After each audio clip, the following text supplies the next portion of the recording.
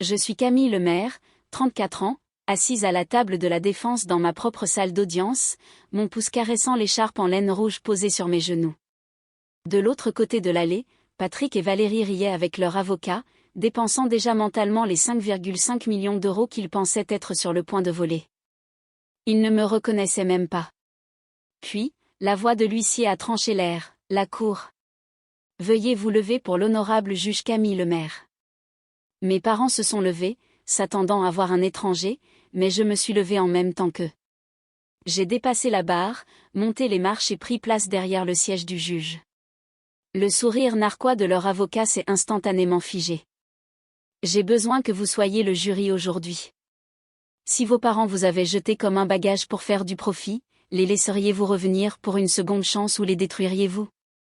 Dites-moi si je suis coupable ou innocente dans les commentaires avant que je ne vous raconte ce qu'ils ont fait. C'était en 1994 et l'aéroport de Roissy-Charles de Gaulle était l'endroit le plus bruyant de la Terre. Le terminal 1 bourdonnait d'une fréquence qui vibrait jusque dans les semelles de mes baskets. Les gens se précipitaient, les annonces résonnaient et les tapis roulants vrombissaient dans un drone mécanique sans fin. Mais je ne me sentais pas partie prenante de ce mouvement. Je me sentais comme une pierre dans une rivière, lourde et immobile, tandis que tout le reste coulait autour de moi. J'avais 5 ans, enveloppée dans une écharpe en laine rouge qui me grattait le cou.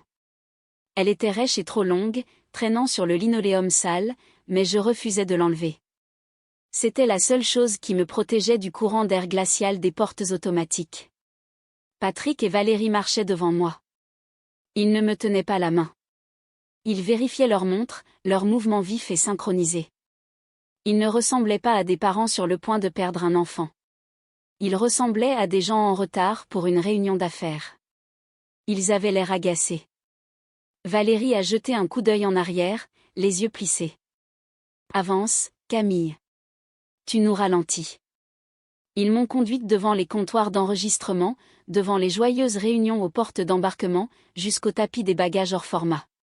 C'était un espace industriel caverneux où des clubs de golf et des sièges auto étaient recrachés sur un carrousel métallique.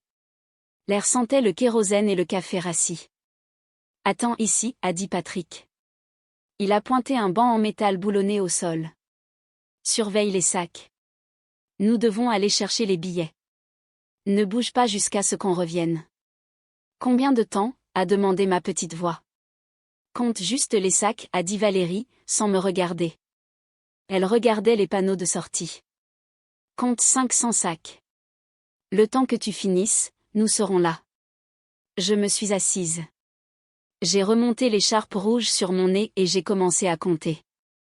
2, 3, une paire de skis, un étui à guitare, un carton scotché. J'ai compté jusqu'à 50. J'ai compté jusqu'à 100. La foule s'est éclaircie. Le bourdonnement du tapis est devenu rythmique, hypnotique. 200, 300.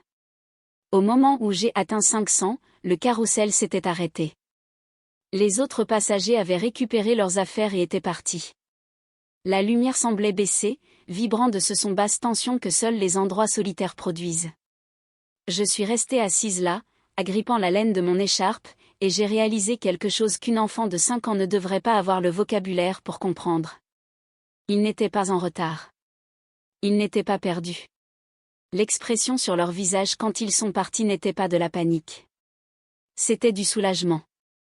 Ils m'avaient déposé au bagage hors format parce que c'est exactement ce que j'étais pour eux. Lourde, encombrante, quelque chose à enregistrer et à ne jamais réclamer. C'est là que le silence m'a frappé. Ce n'était pas un calme paisible. C'était une couverture lourde et étouffante qui appuyait sur ma poitrine jusqu'à ce que je ne puisse plus respirer. Ce silence a brisé quelque chose en moi. Il a volé ma voix. 4 ans après cette nuit-là, je parlais à peine. Je laissais le monde m'arriver dessus parce que j'avais trop peur de faire un bruit. Il m'a fallu 3 décennies pour apprendre que le silence pouvait être une arme, pas seulement une blessure. Aujourd'hui, quand je m'assois sur le siège et que la salle d'audience se tait, attendant ma décision, je contrôle le silence.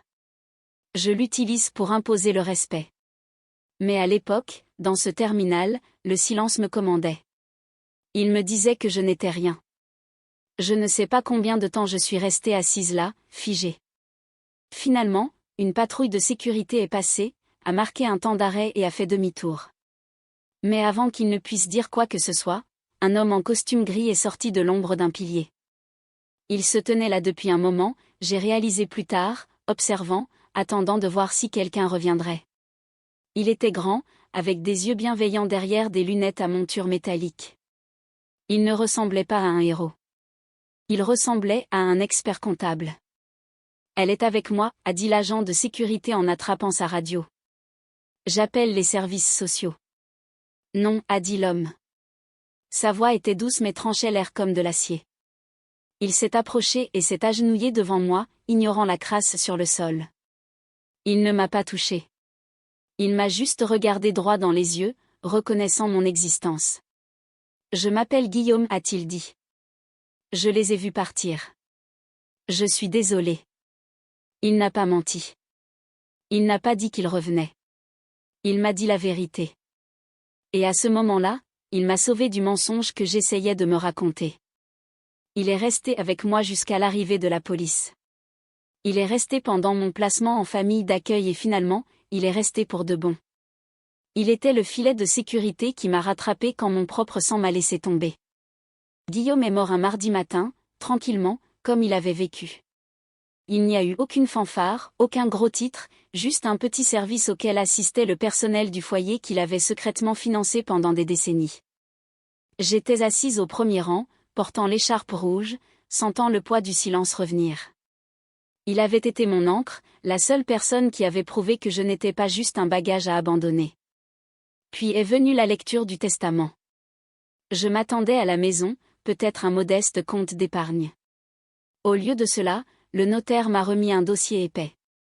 Guillaume n'était pas juste un comptable retraité. C'était un business angel qui avait soutenu 3 des plus grandes startups technologiques des années 90. Il avait vécu simplement pour pouvoir donner généreusement. Le chiffre final était de 5 500 000 €. 100 000 pour chaque année de ses 55 ans de carrière. Il m'a tout laissé. La nouvelle a éclaté 2 jours plus tard. Une juge locale hérite d'une fortune secrète. C'était le phare que je redoutais. Il a fallu exactement 48 heures pour que le téléphone sonne. Ce n'était pas un appel.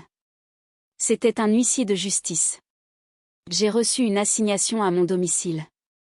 Plainte pour garde frauduleuse et détournement d'héritage. Les plaignants étaient Patrick et Valérie Lemaire. Ils n'ont pas appelé pour demander comment j'allais. Ils n'ont pas demandé à me rencontrer. Ils ont porté plainte. Ils prétendaient que Guillaume m'avait kidnappé à l'aéroport il y a 30 ans.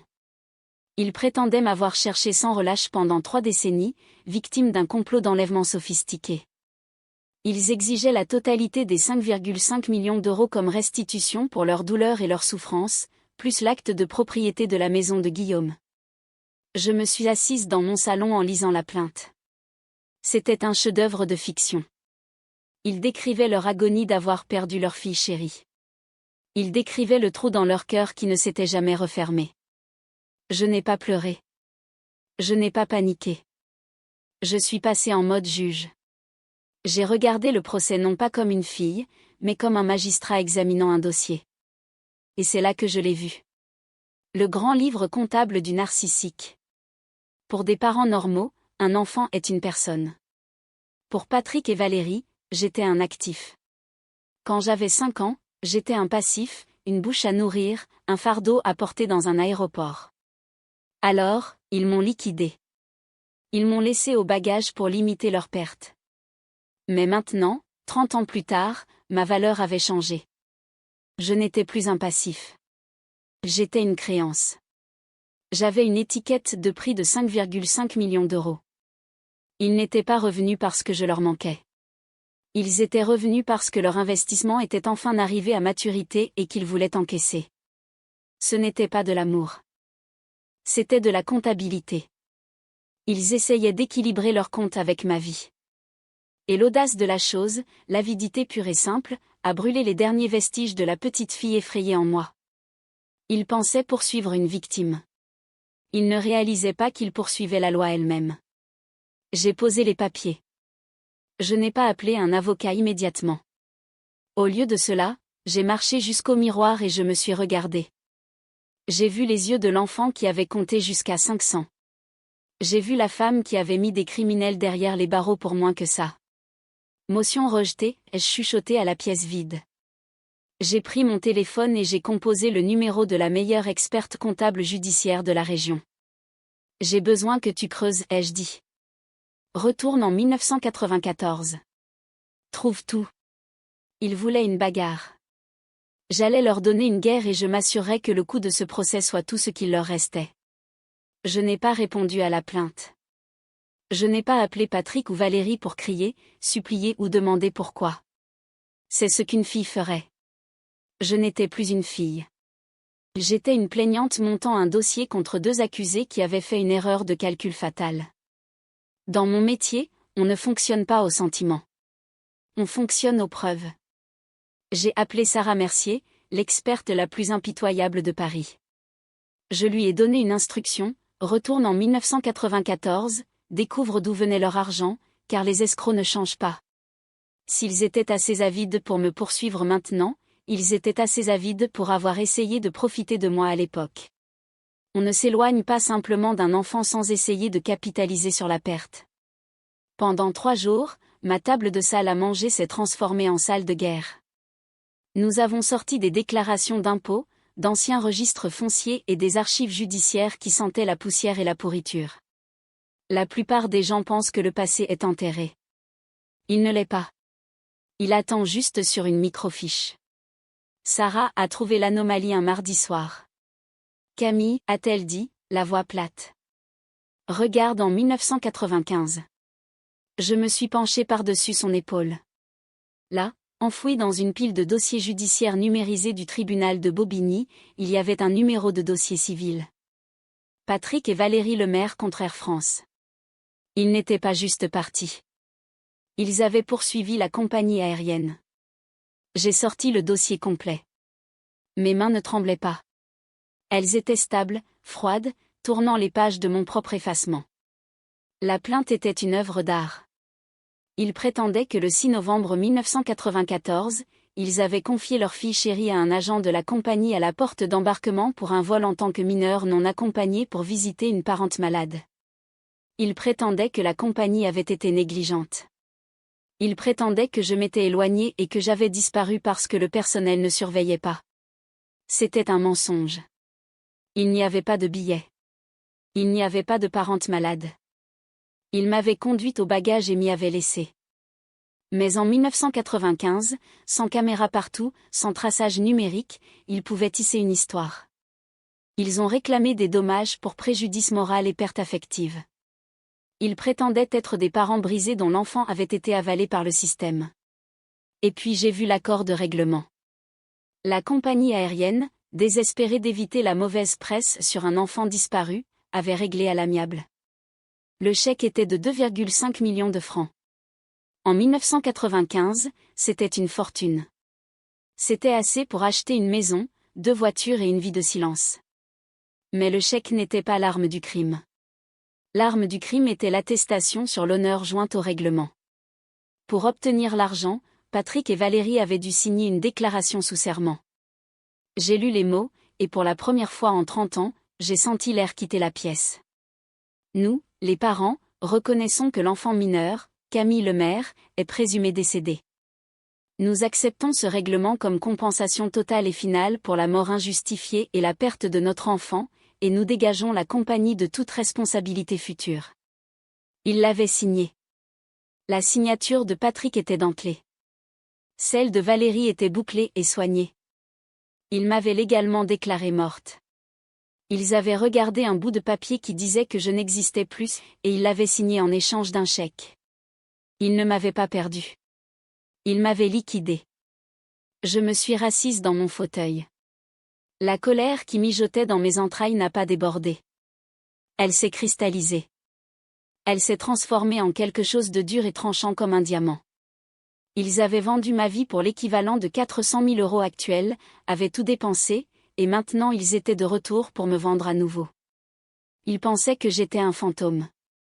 Ils pensaient que les fantômes ne pouvaient pas riposter. J'ai décroché le téléphone et appelé mon avocat.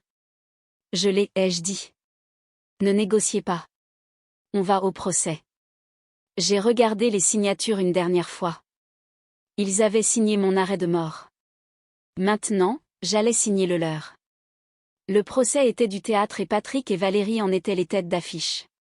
Ils ont pris la barre en portant des couleurs ternes. Leurs expressions étaient des masques de chagrin répétés. Valérie a pleuré sur commande. Elle a parlé du trou dans son cœur qui ne s'était jamais refermé. Elle a décrit l'agonie de l'inconnu, peignant le tableau de deux parents dévoués qui avaient été victimes d'un riche prédateur ayant volé leur bébé dans un terminal bondé. C'était une performance convaincante. Si je n'avais pas vécu la vérité, je les aurais peut-être crus. Ils ne ressemblaient pas à des monstres. Ils ressemblaient à des victimes. Ils ressemblaient à des parents qui avaient passé 30 ans à mettre un couvert à table pour un fantôme. Je regardais depuis la table de la défense, le visage impassible. Je n'ai pas objecté. Je n'ai pas interrompu. Je les ai laissés construire leur monument au chagrin, brique de mensonge après brique de mensonge. Parce que plus ils le construisaient haut, plus la chute serait dure. Quand le tour de la défense est venu, nous n'avons pas appelé de témoins de moralité. Nous n'avons pas appelé d'experts. Nous avons appelé un nom. La défense appelle Manon Lemaire. L'air a quitté la salle. La tête de Patrick a claqué vers les portes de la galerie. Valérie a laissé échapper un petit halètement étouffé. Ils n'avaient pas vu ça venir. Ils pensaient que Manon, la fille qu'ils avaient gardée, la fille qu'ils avaient élevée, était loyale. Ils pensaient qu'elle faisait partie de l'arnaque. Manon a descendu l'allée. Elle avait 28 ans, une assistante sociale aux yeux fatigués et une posture qui s'excusait de prendre de la place. Elle n'a pas regardé nos parents. Elle m'a regardé droit dans les yeux. C'était comme regarder dans un miroir qui avait vieilli différemment. Nous avions le même nez, la même mâchoire. Mais là où j'étais devenue dure, elle était devenue lourde. Elle a pris la barre. Elle a prêté serment. Et puis elle a démantelé leur vie. Manon a demandé mon avocat, comment était-ce de grandir dans le foyer Lemaire? Manon a pris une inspiration qui a secoué tout son corps. C'était comme vivre dans un mausolée, a-t-elle dit. Sa voix était calme mais claire. Je n'étais pas juste leur fille. J'étais la remplaçante. J'ai grandi dans l'ombre de la sœur tragiquement disparue. Mais il ne s'agissait pas du manque de Camille. Il s'agissait de l'utiliser. C'était le paradoxe de la fratrie fantôme. J'avais toujours supposé que Manon était la chanceuse. Elle était celle qui avait pu rentrer à la maison. Elle était celle qui avait eu les parents. Mais alors qu'elle parlait, j'ai réalisé que j'avais tout faux. Je m'étais échappée. Elle avait été piégée dans la performance pendant 28 ans. Ils utilisaient l'histoire, a continué Manon. Chaque fois que le loyer était en retard, chaque fois que papa perdait de l'argent au jeu, ils évoquaient la tragédie. L'église leur donnait de l'argent. Les voisins ont apporté des plats pendant des années.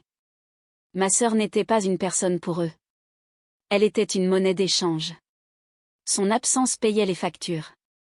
Valérie s'est levée, le visage rouge. Manon, arrête ça. Ne t'avise pas. Asseyez-vous, a aboyé l'huissier. Manon n'a pas bronché. Elle a fouillé dans son sac fourre-tout et a sorti une boîte à chaussures. Elle sentait le moisi et la vieille isolation de grenier.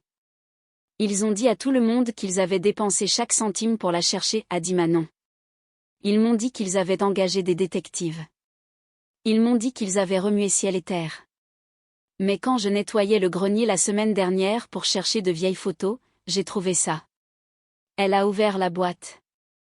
Elle n'était pas pleine d'avis de recherche. Elle n'était pas pleine de correspondance avec la police.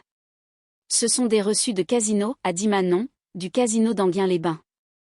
Elle a tenu une poignée de papier thermique décoloré.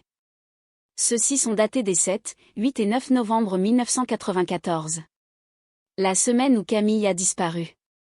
Pendant que la police la cherchait à l'aéroport, Patrick et Valérie jouaient. Ils ne cherchaient pas. Ils célébraient. Le silence dans la salle d'audience était absolu. C'était le même silence lourd et étouffant dont je me souvenais au bagage. Mais cette fois, il ne m'écrasait pas. Il les écrasait eux. Manon a regardé nos parents, les larmes coulant enfin. Je me sentais coupable d'être celle qui a pu rester, a-t-elle chuchoté. Mais maintenant je réalise que Camille est celle qui s'en est sortie. C'est moi qui ai été laissée derrière. Patrick s'est enfoncé dans sa chaise. Un homme dont l'existence entière venait d'être exposée comme une fraude creuse. Ils n'avaient pas seulement abandonné une fille. Ils avaient dévoré l'autre. Mon avocat n'a pas laissé le temps à la salle de respirer. Le témoignage de Manon avait fissuré les fondations, mais nous devions faire tomber toute la maison. Il s'est dirigé vers le siège et a placé un seul document jauni devant le juge-président. C'était une copie certifiée de l'accord de règlement de 1995 des archives judiciaires. Votre honneur, a-t-il dit, sa voix coupant les murmures stupéfaits de la galerie. Les plaignants poursuivent pour la garde d'un héritage basé sur leurs droits parentaux. Cependant, selon cette déclaration sous serment signée le 12 décembre 1995, Patrick et Valérie Lemaire ont légalement déclaré leur fille, Camille Lemaire, décédée. Le visage de Patrick a pris la couleur de la cendre. Valérie a saisi son bras, ses ongles s'enfonçant dans sa veste de costume bon marché. Il savait exactement ce qu'était ce papier. C'était le reçu de ma vie. La juge a lu le document. Ses yeux se sont plissés. Elle a regardé du papier au plaignant et l'expression sur son visage n'était plus celle de la neutralité judiciaire.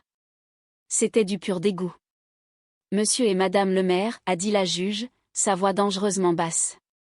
Vous avez accepté l'équivalent de plusieurs centaines de milliers d'euros de la compagnie aérienne pour la mort injustifiée de votre enfant. Vous avez signé une déclaration affirmant qu'elle était partie. Donc, l'une de ces deux choses est vraie en ce moment. Soit vous avez commis une escroquerie en bande organisée en 1995, soit vous commettez un parjure et une tentative d'escroquerie au jugement aujourd'hui. Laquelle est-ce ? Le piège s'est refermé. S'ils admettaient que j'étais vivante à l'époque, ils étaient des criminels qui avaient volé une fortune. S'ils s'en tenaient à leur histoire que j'étais morte, ils n'avaient aucune qualité pour me poursuivre maintenant car les fantômes n'ont pas d'héritier. Leur avocat, réalisant qu'il avait été conduit dans un champ de mines, s'est physiquement éloigné d'eux. Il a commencé à ranger sa mallette. Je me suis levée. Je n'ai pas demandé la permission. Je n'ai pas attendu que mon avocat parle. J'ai contourné la table de la défense et je me suis tenue au centre de l'allée face à eux. Pendant 30 ans, j'avais eu peur de ces gens. J'avais laissé leurs souvenirs hanter chaque pièce calme où j'entrais. Mais en les regardant maintenant, tremblants, piégés et petits, j'ai réalisé que je ne regardais pas des monstres. Je regardais des parasites. Vous m'avez vendu, ai-je dit. Je n'ai pas crié. J'ai utilisé la voix que j'utilisais pour condamner un délinquant violent. Froide, plate et définitive. Vous ne m'avez pas juste laissé à l'aéroport. Vous m'avez encaissé. Vous avez mis une étiquette de prix sur votre propre fille et vous l'avez dépensée au blackjack et aux machines à sous. Valérie a essayé de parler. Elle a ouvert la bouche, les larmes coulant sur son visage. La même performance qu'elle avait utilisée pour l'église, les voisins et Manon. Camille, s'il te plaît, a-t-elle étouffé. Nous étions jeunes. Nous avions peur. Nous t'aimions. Vous m'avez déclarée morte, l'ai-je interrompu. Vous avez signé un papier disant que je n'existais plus pour pouvoir acheter un bateau. Eh bien, félicitations. Vous aviez raison. La fille que vous aviez est morte. Elle est morte dans le terminal 1. Je me suis penchée plus près, laissant le silence s'étirer jusqu'à ce qu'il soit presque insupportable. C'était le marteau du silence. Je ne me noyais plus dedans. Je le maniais. Un fantôme ne peut pas hériter, Patrick. Mais un fantôme peut vous hanter. Et je vous promets que je vous hanterai avec chaque instrument juridique à ma disposition jusqu'à ce que vous souhaitiez ne jamais être revenu dans ma vie. La juge a frappé son marteau. Cela a résonné comme un coup de feu. Affaire classée. Huissier, veuillez escorter les plaignants. Je réfère cette affaire au bureau du procureur de la République pour une enquête immédiate pour fraude à l'assurance et parjure. Patrick et Valérie ont commencé à crier alors que les officiers s'approchaient, mais je n'ai pas regardé. Je leur ai tourné le dos, tout comme ils m'avaient tourné le dos. Les retombées ont été absolues. La prescription sur la fraude de 1995 était un nœud juridique complexe. Mais le parjure qu'ils avaient commis en audience publique était frais. Ils ont été mis en examen 3 semaines plus tard. Les nouvelles locales, qui avaient initialement diffusé l'histoire de la fortune secrète de la juge, diffusaient maintenant un titre très différent, Les parents qui ont vendu leur enfant. Leur réputation a été incinérée. L'Église les a coupés. Les voisins qui avaient apporté des plats pendant 30 ans ont exigé des explications qu'ils ne pouvaient pas donner. Ils ont perdu leur maison en frais juridiques. Ils se sont retrouvés sans rien. Pas d'argent, pas de statut et pas de fille. Je n'ai pas gardé les 5,5 millions d'euros. Guillaume ne me les avait pas donnés pour acheter un yacht. Il me les avait donnés pour construire un filet de sécurité. J'ai utilisé l'argent pour lancer la Fondation Nouveau Départ. Nous fournissons une défense juridique de premier ordre aux enfants placés qui sortent du système, garantissant que lorsque l'État cesse de s'en soucier, quelqu'un d'autre prenne le relais. Nous nous assurons qu'aucun enfant n'ait jamais à se tenir seul dans un terminal en se demandant s'il compte. 6 mois plus tard, j'étais assise dans un café du centre de Paris. De l'autre côté de la table, Manon riait de quelque chose que j'avais dit. Elle avait l'air différente. Le poids avait disparu de ses épaules. Elle avait quitté son emploi à l'agence et était venue travailler pour la fondation en tant que notre assistante sociale principale. Nous construisions une relation à partir de zéro, brique par brique, sans la pourriture des mensonges de nos parents entre nous. J'ai tendu la main vers mon café et la manche de mon manteau est remontée, révélant l'écharpe en laine rouge que je portais. Je ne la portais pas parce que j'avais froid. Je la portais parce qu'elle m'allait bien. Ce n'était plus un bouclier. C'était juste une écharpe. Le café était bruyant, plein de tasses qui s'entrechoquaient et de bavardages. Mais pendant un instant, je me suis laissé écouter le silence en dessous de tout ça. Ce n'était pas le silence terrifiant et solitaire de l'aéroport. C'était le silence paisible d'une affaire classée. C'était le silence d'une dette finalement payée en totalité. J'ai regardé Manon. J'ai regardé le travail que nous faisions. Et j'ai réalisé